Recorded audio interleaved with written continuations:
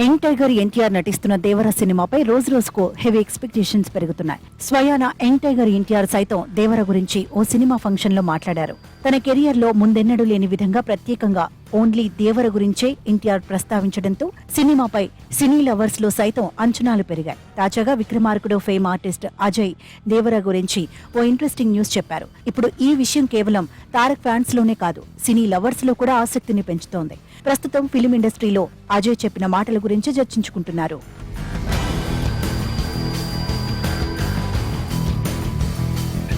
దేవర కథ ఎవరూ ఊహించని స్థాయిలో ఉంటుందని, ఇదివరకు ఇలాంటి సీ బ్యాక్ డ్రాప్ లో సాగే సినిమా రాలేదని అన్నారు అజయ్.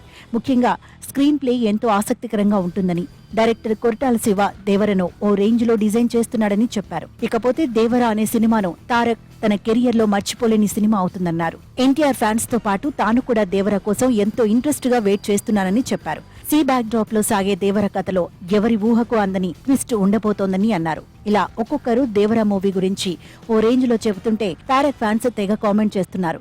RRR మూవీతో తారక్ అన్నకు వరల్డ్ వైడ్ గా ఫ్యాన్స్ అయ్యారని, దేవరతో ఇండియా మొత్తం ఎన్టీఆర్ పేరునే జపిస్తుందని అంటున్నారు. ఎప్పటికప్పుడు సినిమాపై హైప్ క్రియేట్ అవుతుండటంతో దేవర సినిమా ఎప్పుడెప్పుడు థియేటర్లో సందడి చేస్తుందోనని తారక్ ఫ్యాన్స్ ఎంతో ఈగర్ గా వెయిట్ చేస్తున్నారు. Director Koratala Siva young tiger NTR కాంబోలో వచ్చే ఈ సినిమా నుంచి ఇదివరకే గ్లిమ్స్ వచ్చాయి. కేవలం గ్లిమ్సే ఆడియన్స్ కు గూస్ బంప్స్ తెప్పించాయి. ఇదిలా ఉంటే అనిరుద్ కంపోజ్ చేసిన Devara title song Hukum song ను మర్చిపోయేలా చేసింది.